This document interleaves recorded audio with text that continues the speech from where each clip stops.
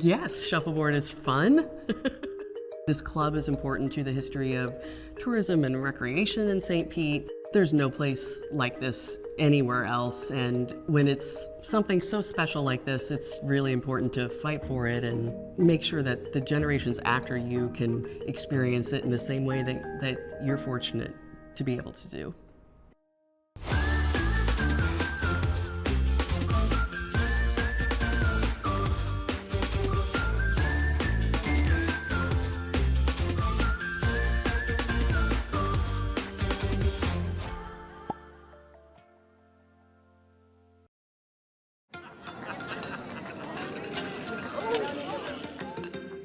Shuffleboard is a quintessential activity here in St. Petersburg.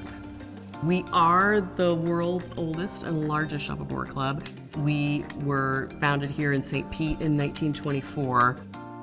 I like to say we're the Wimbledon of shuffleboard. This is where all the important stuff happens. In 1924, St. Petersburg was experiencing its boom. More people were coming down here for the winter who wanted recreation and fun. Florida, they claim, is the next best thing to complete rejuvenation. Shuffleboard kept growing, and by the 30s and 40s, there were about 5,000 to 6,000 members here in St. Petersburg.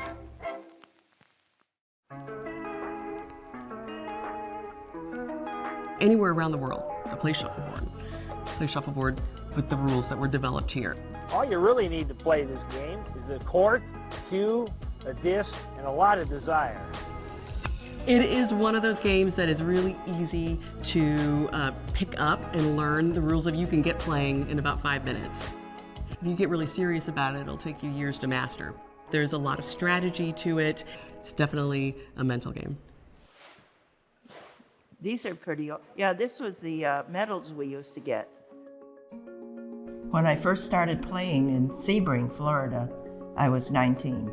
Everybody said if anybody wants to be a good player, you have to go to St. Pete. I was an amateur as soon as I walked into the club, and then I became a pro at 22.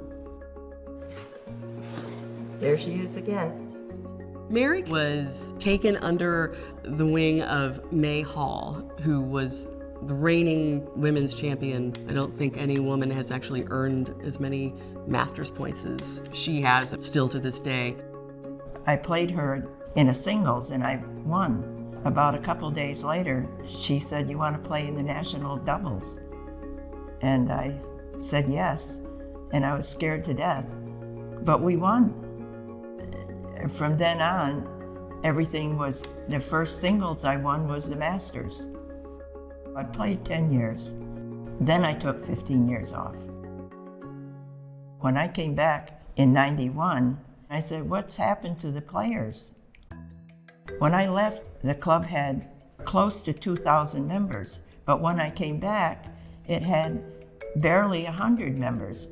So whatever happened in the 80s, our membership started to decline. A lot more competition for things to do around St. Pete as the city grows. Perhaps the perception that shuffleboard was for older people, and there were a lot of factors. In '98, that was when I became president. It was important to save the club because it was the original club. I don't care what we have to do, this club is going to stay. In 2005, the organization was in jeopardy and the continued use of the club was in jeopardy. Then one day, a group of artists and preservation people approached Mary Eldridge and said, we have an idea. And I said, well, please sit down. Let's talk. We developed this idea of Friday night. They said, we want to open up Friday nights to the community and just have free shuffleboard. And it's a simple concept, just try to get people from the community in and discovering how great this place is. The Friday nights started out as just a combination of shuffleboard and music and art. It started the ball rolling. It started getting the community interested. We opened the courts. We helped them learn how to play. There you go.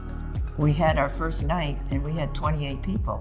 It wasn't too long before we had 500. Before the Friday nights, there were 35 members, And then today we have 2,700 now.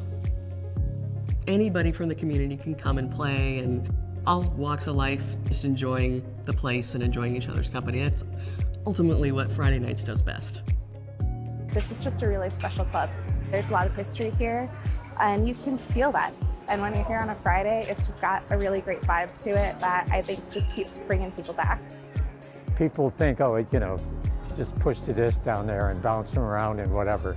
But there's a lot of strategy, and I like the people, everybody I meet down here is just super friendly.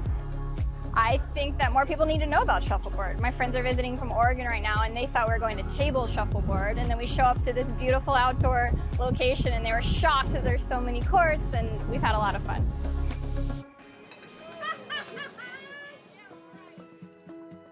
This club helped people coming from far distant places to become a community.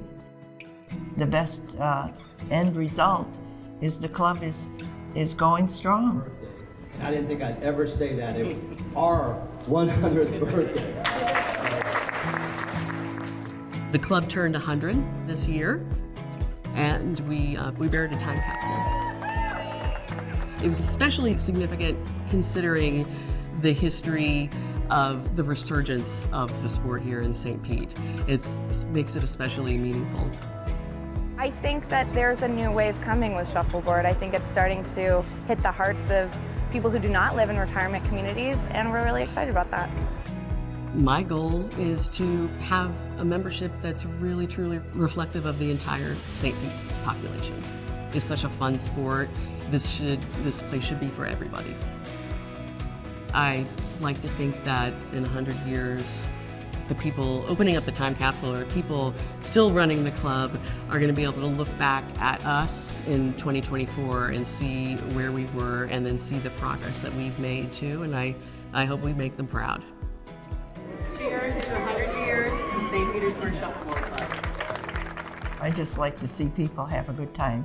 And I said what I want to do, if I should ever get to be 100, is come in here, sit on that bench there by the courts, and watch people playing. They don't know me, I don't know them, but they're playing the game. Then I will say, did a good job. You won your tournament. So that would make me happy.